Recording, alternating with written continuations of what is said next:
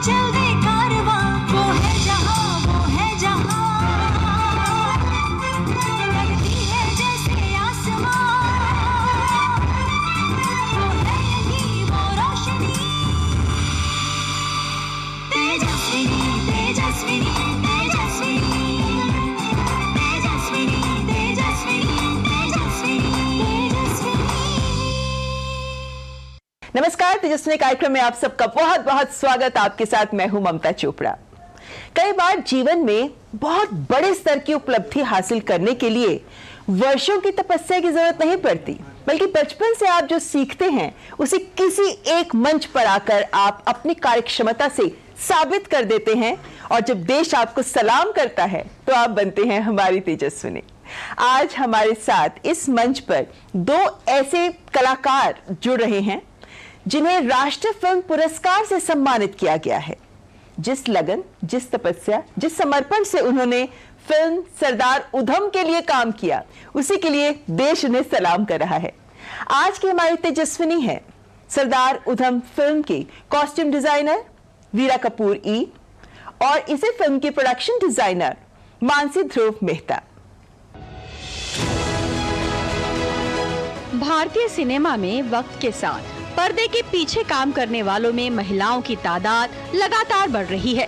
राष्ट्रीय फिल्म पुरस्कारों की फहरिस्त इसकी बानगी प्रस्तुत करती है। 69वें राष्ट्रीय फिल्म पुरस्कारों में फिल्म सरदार उधम के लिए सर्वश्रेष्ठ प्रोडक्शन डिजाइन के लिए मानसी ध्रुव मेहता और सर्वश्रेष्ठ कॉस्ट्यूम डिजाइन के लिए वीरा कपूर ई को पुरस्कृत किया गया है। वीरा कपूर ई, आपको भी रजत कमल का सम्मान। Veera Kapoor takes this award for creating a costume replete with authenticity in the film Sardar Udham. Film के प्रोडक्शन डिजाइनर मिस मानसी ध्रुव मेहता प्राप्त कर रही हैं रजत कमल का सम्मान। National Award for Production Design also Sardar Udham Singh team takes another award for this one, Manasi Dhruv Mehta। Sardar Udham एक period film है जो 1919 के जलियांवाला बाग की घटना और सरदार उधम सिंह के जीवन पर आधारित है। इस दौर को व्यापक और विस्तृत सेट डिजाइन के माध्यम से पुनर्चित्रण करना आसान नहीं था। इसी प्रकार 1000 से अधिक कैरेक्टर्स की पूरी वेशभूषा, उनके कपड़े उस दौर के अनुसार डिजाइन किए गए पहनावे के साथ साथ वस्त्र और उनकी बुनाई और डिजाइन का भी ध्यान रखा गया था।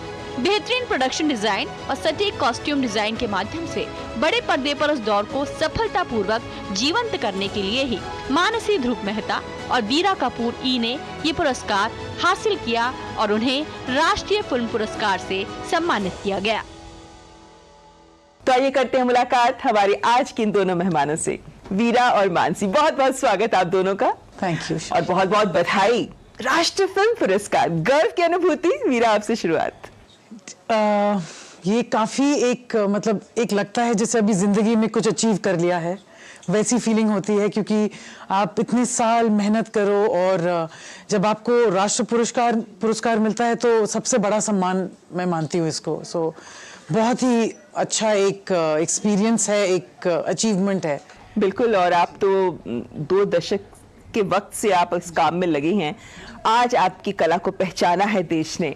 लेकिन मानसी, आप जब ये पुरस्कार की खबर आपको भी मिली, क्या एहसास लगा अपने काम को लेकर, अपने आप को लेकर, क्या फील हुआ?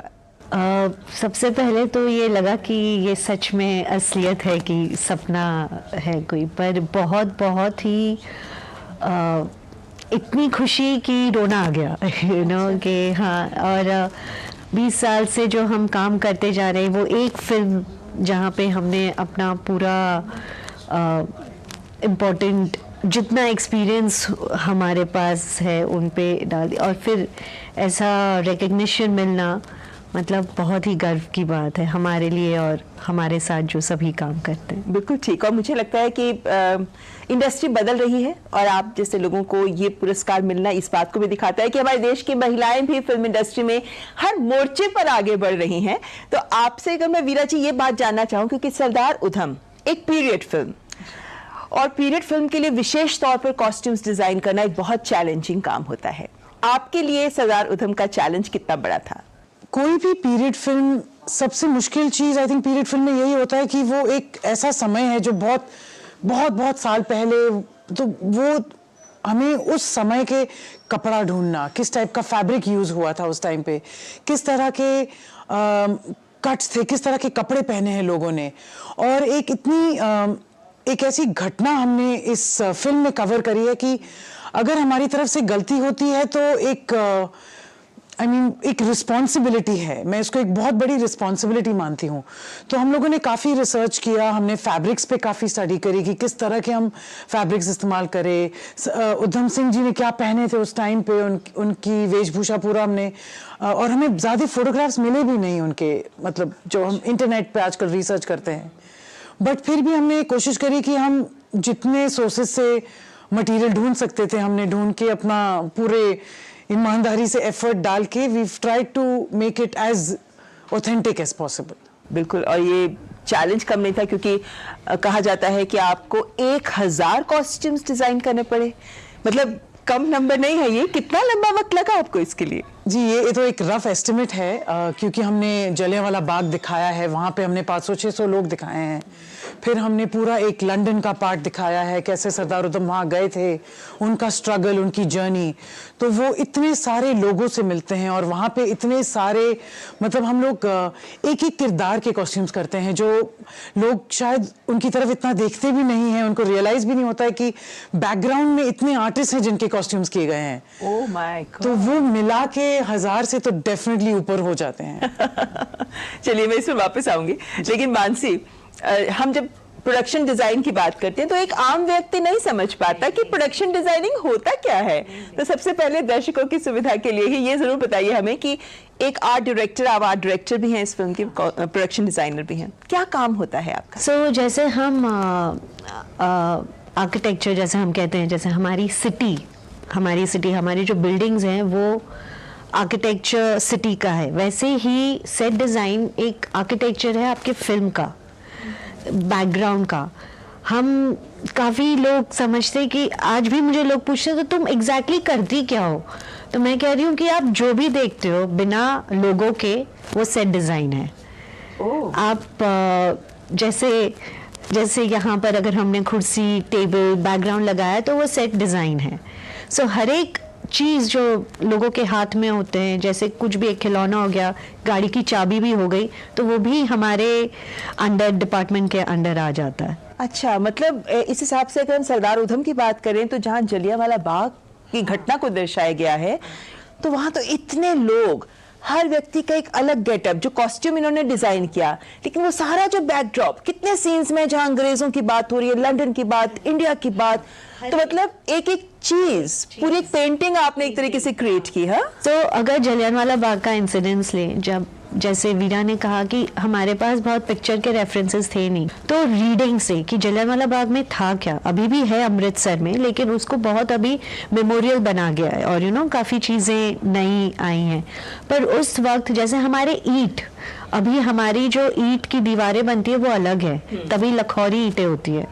तो ये सब चीज़ें सिर्फ हमें रिसर्च करने पर और पढ़ने पर ही पता चला कि वहाँ पे मंदिर था, तो हमने एक्चुअल कंस्ट्रक्शन किया था, हमने वो डमी नहीं किया था कि जो पेंटिंग लगे ईंट है पर था थर्माकोल नहीं, हमने एक्चुअल ईंट, एक्चुअल रास्ता, गलिया, वो पूरा कुआं खुदा था, और हमने 200 लाशें बनाई थी, डेड बॉडीज। अच्छा। तो और वो डेड बॉडीज के भी कॉस्ट्यूम वीरा ने दिए थे, उनके लिए भी कॉस्ट्यूम थे। वो भी कोशिश करी कि मतलब अगर वहाँ पे रखे हुए हैं बैकग्राउंड में, हाँ, वो भी एज रियल हमने खादी कपड़ा टेक्सचर, या तो उनके कपड़े हमने कॉस्ट्यूम से लिए थे, पहनाए थे, पगड़ियाँ पहनाई थी। तो जो हमें लाशें लग रही हैं वो एक्चुअली काफी डमी थे जो बैकग्राउंड में थे। हम इतने डिटेल तक गए थे कि खून का रंग, जब एक्चुअल गोली लगती है तो वो फ्रेश ब्लड जब दीवारों पे लगा था। फिर जब सरदार उधम आता है रात को, तो ऑलमोस्ट 12-13 घंटे ऊपर हुए हैं नेक्स्ट डे मॉर्निंग तक, तो हमने 3 किस्म के तो ब्लड, खून के सैंपल्स बनाए थे। अच्छा। ताकि जब दीवारों पे लगे तो लगे कि ये खून सूख चुका है, रेत पे रखे तो सूख चुका है, कि ये फ्रेश है, अभी अभी मर चुके हैं वैसे। तो हाँ, ये है कि लोगों को लगता है कि उसमें क्या है, पर बट जैसे सरदार उधम जी वो गाड़ी में लेके जाते हैं, हाथ गाड़ी, तभी टायर्स नहीं होते थे, तभी लकड़े के थे। तो वो हमें सोर्स करने के लिए भी लाइक और वो अमृतसर जिस वक्त में धक्का लगाते हैं और आप इस एंगल से लेते हो तब पता चलता है कि अच्छे तो लकड़ी के टायर हाँ, लकड़ी और के उस बीच वक्त हैं। थे लकड़े के, अभी अभी हुए हैं टायर्स या रबर या आयरन जो कहते हैं, तभी नहीं था। वीर, आपसे जानना चाहेंगे ये कि जब हम टीम एफर्ट की बात करते हैं, किस किस स्तर पे किस किन लोगों के साथ आप लोग जुड़कर काम करते हैं, क्योंकि एक मतलब तो बहुत रिसर्च, बहुत गहन अध्ययन मांगता है इस तरीके का काम। सबसे पहले तो आई थिंक हमारे जो डायरेक्टर हैं वो हमारे लिए सबसे स्पेशल, सबसे इम्पोर्टेंट है, क्योंकि उनका एक विजन, हमें वो विजन को जान देनी है, वो हमारा काम है। एंड हमारी टीम, उनके साथ एक पूरा डायरेक्शन टीम है, 150 से 200 लोगों का एक यूनिट होता है जो शूटिंग पे जाता है। हर पर्सन का काम इतना इम्पोर्टेंट है। मेरी जो एक टीम है, जो मेरे साथ जो लड़कियां काम करती हैं, कभी कभार तो मुझे लगता है मुझसे ज़्यादा मेहनत वो करती हैं। I have to give them that credit, you know, क्योंकि इतनी छोटी छोटी डिटेलिंग, जैसे उन्होंने कहा खून, तो हमें भी खून लगाना है कॉस्ट्यूम्स पे हम मट्टी लगाते हैं, अंबर लगाते हैं, एजिंग करते हैं। फिर हमें सबके कॉस्ट्यूम्स, हमें ध्यान रखना है कि लोग रियल भी लगे, कि जैसे अगर ऐसे नहीं लगना चाहिए कि अभी कपड़े बन के दुकान से आ गए और उन्होंने पहन लिए। तो हम कपड़ों को धोते हैं, उनको फिजिकली एजिंग का एक प्रोसेस होता है, तो वो सब करते हैं। एंड इसके लिए एक बहुत बड़ी टीम है, एंड टीम के सपोर्ट के बिना ये पॉसिबल नहीं है। और ये एक्सपर्टीज चाहिए होता होगा इस टीम में हर व्यक्ति का। जी, जो हमें एक्चुअली ऑन द जॉब सीखने को मिलता है। ये इंडस्ट्री में बहुत सारा, आप एक कोर्स भी करके आ जाए तो it doesn't give you that kind of confidence जो आपको एक सेट पे होने से आता है। आप सेट पे रहिए, आप सेट पे शूटिंग देखिए कंटिन्यूसली, और वहाँ पे जो फिजिकल वर्क करते हैं हम लोग, उससे हम ग्रो करते हैं, उससे हम सीखते हैं। अच्छा, और आपकी टीम में कौन कौन होते हैं? So, हमारे टीम में लाइक शुरू होता है कारपेंटर, पेंटर, मेन तो असिस्टेंट्स भी होते हैं जो एग्जीक्यूट करते हैं, पर हेल्पर्स जो चीज़ें उठाते हैं, टाइपिस्ट जो सीते हैं। जैसे हमने 200 लाशें बनाई, डेड बॉडीज़, तो काफ़ी ट्रायल एंड एरर था। तो फिर हमने किंतान से, फिर उसमें भूसा भरो, तो टेलर्स, लाइक हमारा काम, हमारी टीम काफ़ी 20-25 लोग तो ऐसे ही होते हैं on a normal day to day set पे। कारपेंटर्स से, पेंटर्स से, टाइपिस्ट से, पीओपी वाले, आर्टिस्ट जो थोड़ा पेंटिंग करते हैं, थोड़ा लेटरिंग आर्टिस्ट। जैसे हमने वहाँ पर लिखा था कि राउलेट एक्ट का वो, पर हमारे डायरेक्टर इतने स्पेसिफिक हैं, कहते हैं कि ऐसा मत लगो कि हमने कहीं से बनवाया है, तभी घर पे लोग खुद बनाते थे ये बैनर्स। ऐसी छोटी छोटी चीज़ें कि आपका फॉन्ट भी कौन सा है, कोई भी कुछ भी नहीं हो सकता। अभी मॉडर्न ज़माने के फॉन्ट नहीं थे तभी, तो अगर तो हम बैठ के लिख के करते थे, यू नो, ऐसे लगा के। ओके। तो हमने भी एजिंग किया है। जैसे इन्होंने कहा, जैसे कपड़े भी नहीं आ सकते तो सेट भी नया नहीं लग सकता चकाचक। उस वक्त हमेशा मिट्टी कलर, जैसे ईंटों के ही कंस्ट्रक्शन होते थे। आपके जैसे दुकानों के जो दरवाजे होते थे वो अभी स्लाइडिंग फोल्डिंग या वो रोलर वाले हो चुके हैं, पर तभी फालके, लकड़ा उसी से होते थे। तो हमने तो वैसे सीन्स होते थे, गलियों में से निकलकर Yes, भागे किए, correct. तो वो एक एक चीज बनाई गई थी, तैयार की, हाँ, क्रिएट किया था। उनके ऊपर मेजरमेंट, मतलब नाप कर, फिर हमें टाइम भी इतना नहीं था कि चलो जल्दी लगाओ, शूट करो, क्योंकि एग्जिस्टिंग लोकेशन पे करते थे। तो उनको वो पीरियड पे लगाना, कौन सी चीज़ें छुपी हुई होगी, दिखेगी। हाँ, काफ़ी छोटी छोटी ऐसे वैसे ये जरूर डिटेल्स। कहना होगा, मेरे को लगता है कि आपकी बातें सुन के हमारे दर्शक इस बात को समझ रहे होंगे कि फिल्म बनाना आसान काम नहीं है, और कितने हजारों लोग एक एक फिल्म से जुड़े होते हैं, और उनमें से निकल कर आते हैं आपके जैसे हीरे, नायाब कलाकार जो अपनी कला क्षमता से फिल्म को निखारते हैं। यहाँ पर हम बातचीत जारी रखेंगे, लेकिन उससे पहले यहाँ वक्त एक ब्रेक का। आप देखते रहें तेजस्विनी। दिन भर की सुर्खियों से अलग खबरों की दुनिया और भी है। खबरें जो आपको दे नया नजरिया, खबरें जिसमें दिखे समाज की परछाई, ऐसी खबरें जो कहती है न्यू इंडिया की कहानी, खबरें जो है अनछुई, कुछ खट्टी कुछ मीठी, हम लाते हैं आपके लिए ढूंढकर। खबर हटकर, सोमवार से शुक्रवार सिर्फ डीडी न्यूज पर।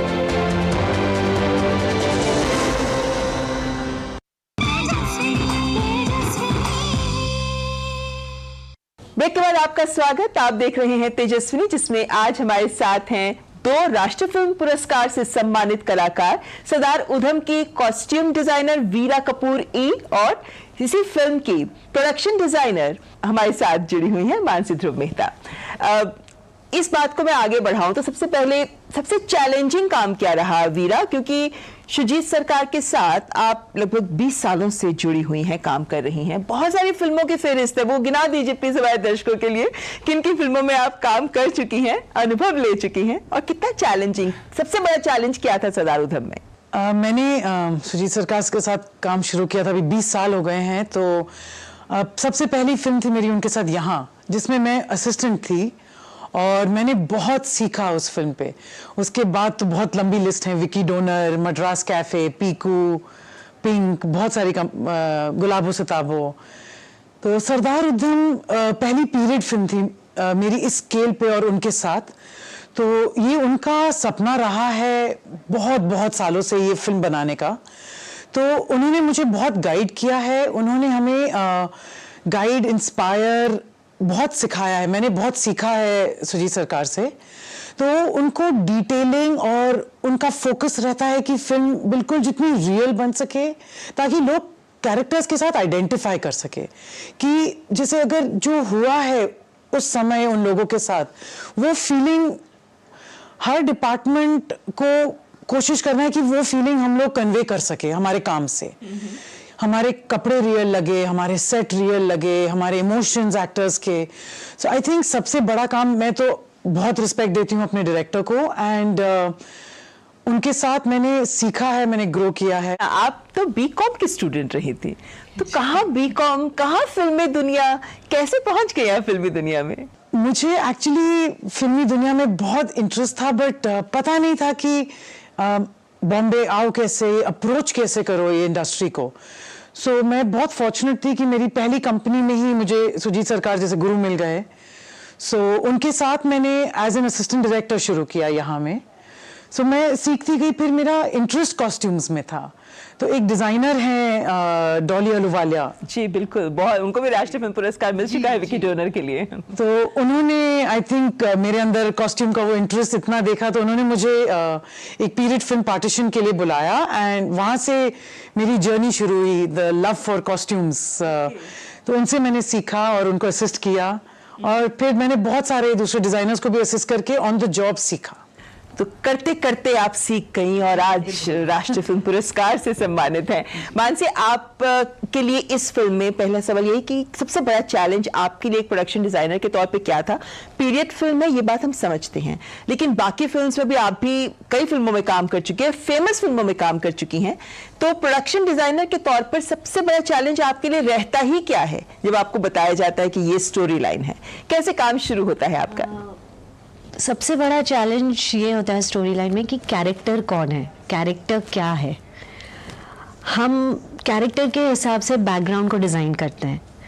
कभी कैरेक्टर अमीर है, गरीब है, बंगाली है, गुजराती है, हर एक चीज़ छोटी छोटी अहमियत रखती है कि ये कैरेक्टर का हॉबी क्या होगा। सो वो हमारे लिए सबसे डिफ़िकल्ट होता है, क्योंकि आप कितने घर बना लोगे, कितने बैकग्राउंड को, वही बेडरूम, वही, पर कैरेक्टर अगर अलग है तो उसके हिसाब से हम डिफ्रेंशिएट कर सकते हैं। दैट्स व्हाई स्टोरी का महत्व बहुत इम्पोर्टेंट होता है हमारे फिल्म लाइन में। सरदार उधम में सबसे डिफ़िकल्ट ये था कि उस वक्त प्लास्टिक नहीं यूज़ होता था, और हमें बाद में दिखाना था पूरा हॉस्पिटल, मेकशिफ्ट हॉस्पिटल का सेट, जब वो लाशों को लेके जाता है और पीपल आर स्टिल रिकवरिंग। तो हमने बॉटल्स, जैसे ब्लड के बॉटल्स हैं, ग्लूकोज बॉटल्स, वो बनाई थी कांच से, थोड़ा ट्रायल एंड एरर, रबर के ट्यूब्स। तो ये बहुत चैलेंजिंग था कि आप दिखा रहे हो कि उनको खून चाहिए, उनको ग्लूकोज चाहिए, पर आप दे कैसे रहे हो, क्योंकि तभी प्लास्टिक था नहीं। सो हमें देन बॉम्बे में केमिस्ट जो मेडिकल सप्लायर्स होते हैं उनसे हमने कांटेक्ट किया, कुछ 60 बॉटल्स कांच की वहाँ से अमृतसर मंगाए, rubber tube, trial and error वहाँ पर। सो ये छोटी छोटी चीज़ें जो कहा जाए तो हर छोटे से छोटा बिंदु भी हाँ। बहुत बड़ा प्रयास मांगता है और ये दिखता है आपके काम में। लेकिन आप दोनों से ये सवाल, क्योंकि सरदार उधम को आज हम देख रहे हैं 5 नेशनल अवार्ड्स मिले हैं, 5 राष्ट्रीय फिल्म पुरस्कार मिले हैं इस फिल्म को। जब आप लोग काम कर रहे थे तो कभी ऐसा एहसास था कि ये जो हो रहा है ये बहुत बड़े स्तर तक जाने वाला है? नहीं, मुझे तो मुझे जब हम कर रहे थे वही जैसे सुजीत सर का एक ड्राइविंग फोर्स है, एक मैग्नेट है वो, कि इतने सबको साथ लेके चलते हैं। ऐसा आज मुझे कभी नहीं लगा कि कॉस्ट्यूम में ये नहीं किया हमने। हमारा I think with Sujit sir films हम सब एक ही टीम है, डिपार्टमेंट ठीक है कर रहे हैं, पर लाइक मीरा अच्छा इनको कॉस्ट्यूम चाहिए, तो ऐसा नहीं है कि क्यों हम ऐसे कोई और टीम वर्क। और इवन अविगदा जो हमारे सिनेमाटोग्राफर हैं, जैसे लाइटिंग करनी होती है तो बोले थे पेट्रोमैक्स, तभी पेट्रोमैक्स लैम्प्स होते थे, तो उसकी उनसे ही उन्होंने लाइटिंग की आज कुछ। So it's a team work. हमें जो मशाल चाहिए थे, मशाल का हम इतने पर्टिकुलर थे कि मशाल का धुआं का रंग क्या होगा, कितना काला रहेगा। ओह अच्छा। सो आप जैसे कह रहे हैं इट्स टीम वर्क। हाँ, तभी आई थिंक वो जोश कुछ और ही था, पर जब पिक्चर रिलीज हुई तब एटलीस्ट मुझे रियलाइज हुआ कि ये क्या किया हमने। वैसे इस फिल्म का एक डायलॉग जो मेरे जहन में इस फिल्म को देखने के बाद बस गया, जब सरदार उधम कहते हैं कि ग्रंथी ने मुझे कहा था कि ये जवानी बड़ी कीमती है, बेशकीमती है, या तो इसको गवा दे या फिर इसको यूज कर ले। अपने लैंग्वेज में जो डायलॉग उन्होंने बोला था, आपके जहन में भी कुछ ऐसा रह गया आपके अनुभव के दौरान? इस फिल्म का डायलॉग की बात, स्टोरी की बात नहीं कर रही, बट इन जनरल कोई ऐसा अनुभव इस फिल्म के बनने के दौरान जो आपको लगता है कि ये हमेशा मेरे साथ रहेगा? जैसे एक पार्ट है फिल्म में मेरे लिए, जो एक उन्होंने जलियांवाला बाग का आफ्टर मैच जो दिखाया है, वो जो रात है जब सरदार उधम वहाँ पे वो एक बॉडी उठाते हैं, जो वो एक्सपीरियंस था, काफ़ी समय दिया उन्होंने वो सीन के लिए, क्योंकि जब वो बार बार पूछ रहे हैं वहाँ पे कोई जिंदा है, कोई जिंदा है, वो मुझे अभी भी जैसे मुझे गूज़बम्स होते हैं वो सोच के कि एक इंसान ने वो एक्सपीरियंस किया है, वही जर्नी, वही उनको आगे लेके गई। उनकी जिंदगी उन्होंने सिर्फ एक इंसिडेंट के लिए उन्होंने बस अपनी पूरी जिंदगी दे दी। हम अभी सोचते हैं कि हम ऐसे बात कर पा रहे हैं क्योंकि हमारे कितने फ्रीडम फाइटर्स हैं जिन्होंने देश के लिए अपनी जान दे दी, और हम आई जस्ट होप हम ये वैल्यू कर सके इस फ्रीडम को। और यही मकसद है इस तरह की फिल्म बनाने का, ताकि हमारी आज की जनरेशन समझ सके कि कितना अमूल्य रहा है, बहुमूल्य रहा है उनका योगदान। लेकिन आपसे मैं जरूर जानना चाहूंगी मानसी कि आपने जैसे आप कैसे इस लाइन में आ गई? क्या आपको ड्राइंग का शौक था बचपन से? क्रिएटिव थी आप? कैसे? मैं आर्किटेक्ट हूँ, मैंने आर्किटेक्चर किया हुआ है, पर मैं बहुत फिल्मी हूँ। मतलब मैं कोई भी फिल्म देख सकती हूँ, और तभी तो ग्रोइंग अप डेज में आपके यश चोपड़ा जी के फिल्म्स एंड तभी Sharmishtha Roy is still very big production designer, और उनको मैंने एक बार देखा था स्टेज पे जाके अवार्ड रिसीव करते हुए, आई थिंक फॉर कुछ कुछ होता है। और तब से मुझे हुआ कि अगर आर्किटेक्ट और डिज़ाइन और फिल्म को कंबाइन करना है तो set designing is something that really I was keen to go towards it. और मैं शर्मिष्ठा रॉय के पास गई, उनसे अपॉइंटमेंट ली, उन्होंने मुझे इंटरव्यू लिया और नेक्स्ट थिंग आई नो, एक साल बाद I was working as an assistant in Kabhi Khushi कभी गम। क्या बात है। हाँ, तब से जो काम शुरू हुआ वो आज तक आप इस स्तर तक ले आई हैं कि आज आप राष्ट्रीय फिल्म पुरस्कार का सम्मान भी आपको मिला है। तो ये बहुत ही खूबसूरत एहसास मुझे लगता है कि काम करते करते आप इतने बेहतरीन हो जाते हैं क्योंकि आप अपने काम को वैल्यू करते हैं, है ना? तो ऐसे में आप कुछ कहना चाहेंगे हमारे दर्शकों को? क्योंकि मेरे को लगता है जैसे आपने शर्मिष्ठा रॉय को देखा, उनसे आप प्रेरित हुई, आज बहुत से लोग आपको देख रहे हैं स्क्रीन पे, बहुत से लोग आपसे प्रेरणा पा रहे होंगे। क्या मंत्र देना चाहेंगे आप? मेहनत बहुत ही इम्पोर्टेंट की फैक्टर है। आपको अपना एक लक्ष्य दिखना चाहिए कि आप क्या करना चाहते हैं, किस डायरेक्शन में जाना चाहते हैं। उसके बाद उसको फॉलो करने के लिए आपको बहुत मेहनत करनी पड़ेगी। कोई चीज़ आसानी से नहीं आती है। मानसी, आप? मैं कहूँगी कि मेहनत तो है ही, और कंसिस्टेंसी और फोकस। आप कंसिस्टेंट रहिए, ऐसा नहीं है कि आज किया कल नहीं। कंसिस्टेंट और हार्ड वर्क और फोकस रहा तो I think everything is achievable. और एक बात मैं जो हमेशा मानती हूँ कि फैमिलीज के सपोर्ट के बिना विमेन ज़्यादा कुछ कर नहीं पाती हैं। महिलाएं जो परिवार को बहुत महत्व देती हैं, आप दोनों के परिवार ने कितना साथ दिया, मतलब इस पुरस्कार में आप उन्हें कितना श्रेय देती हैं? बहुत बहुत इम्पोर्टेंट है for us working women who are also mothers. मेरे भी 2 बेटे हैं एंड मेरे हस्बैंड और मेरी मदर, मेरे फादर के सपोर्ट के बिना ये मेरे लिए जर्नी ही पॉसिबल नहीं होती, क्योंकि इतना एक कॉन्फ्लिक्ट रहता है कि आप काम पे भी जाना चाहते हैं, आप वहाँ पर भी अपना फुल अटेंशन एंड फोकस देना चाहते हैं। तो अगर आपके पास कोई सपोर्ट सिस्टम नहीं हो, इसलिए हमें हमारी फैमिलीज इतनी इंपॉर्टेंट होती हैं। मेरे हस्बैंड ने मेरी जर्नी को बहुत सपोर्ट किया है। मेरी मदर ने, जब भी मैं उनको बोलती थी कि मैं कहीं ट्रैवल कर रही हूँ, प्लीज़ आप आके हेल्प करिए, वो हमेशा मेरे साथ थी। सो आई थिंक पेरेंट्स और हस्बैंड का सपोर्ट बहुत बहुत इंपॉर्टेंट है। मानसी, आप क्या कहेंगे अपने परिवार के सपोर्ट को? क्योंकि मुझे लगता है कि फिल्म इंडस्ट्री में कहा जाता है कि जो काम किया जाता है वो देर सवेर, ऑड आवर्स, और छुट्टी भी शायद ना मिले, कुछ ऐसा है। तो परिवार सफर करे या ना करे, ये बहुत निर्भर करता है सपोर्ट पर। आपके लिए कितना आसान रहा है? नहीं, बहुत ही आसान रहा है, क्योंकि बहुत ही सपोर्टिव फैमिली है। और मेरे लिए तो 2 लड़कियां हैं, mother in law, I live in a joint family, मेरे पेरेंट्स भी बाजू में हैं, फ्रेंड सर्कल। मतलब हम बोले कि कोई आज बेबी सिट कर दो, क्योंकि 20 साल हो गए बस इंडस्ट्री में, बच्चे भी बड़े हो गए। और बच्चे इनफैक्ट हम मदर्स को देखते हैं तो वो लोग खुद एक इंडिपेंडेंट बच्चे भी बन जाते हैं। They also so proud. और हस्बैंड के सपोर्ट के बगैर तो I don't think this would be possible ही नहीं होता। तो हाँ, फैमिली सपोर्ट बहुत बहुत ज़रूरी है, और बहुत ही पॉजिटिव और हेल्दी, कि चलो मतलब खुशी खुशी से सपोर्ट करते हैं। आज वो नहीं होता कि देखो हम कर रहे सपोर्ट, नहीं, आई थिंक बहुत ही एफर्टलेसली करते हैं, और इसीलिए हम काम पे इतना ध्यान दे सकते हैं, फोकस दे सकते हैं। बहुत बेहतरीन बात कही है आप दोनों ने, और यही कह सकते हैं कि हमारे देश में महिलाएं कुछ भी हासिल कर सकती हैं, बस ये सपोर्ट, ये प्रोत्साहन मिलते रहना चाहिए। बहुत अच्छा लगा आप दोनों से बात करके। एक बार फिर ढेरों बधाइयां आपको राष्ट्रीय फिल्म पुरस्कार के लिए। उम्मीद करते हैं आने वाले भविष्य में अपने बेहतरीन कार्य के जरिए आप ऐसे बहुत से और अवार्ड्स अपने नाम करेंगे। बहुत बहुत धन्यवाद हमारे साथ जुड़ने के लिए। तो ये था हमारा आज का ये एपिसोड। कैसा लगा आपको ये एपिसोड? हमें लिख भेजिए। हमारा ईमेल आईडी tejaswini.ddnews@gmail.com। अगले हफ्ते फिर हाजिर होंगे और राष्ट्रीय फिल्म पुरस्कार प्राप्त ऐसी और शख्सियतों को लेकर आपके साथ एक बार फिर जुड़ेंगे अगले सप्ताह। फिलहाल मेरी पूरी टीम को दीजिए इजाजत। नमस्कार।